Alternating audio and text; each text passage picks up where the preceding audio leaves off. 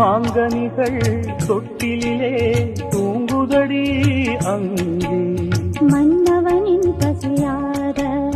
மாலையிலே பரிமாற மாங்கனிகள் தொட்டிலே தூங்குதடி அங்கே மன்னவனின் பசியார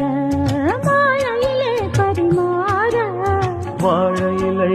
நீர்கடித்து போடடி என் கண்ணே வாழையிலை நீர்கடித்து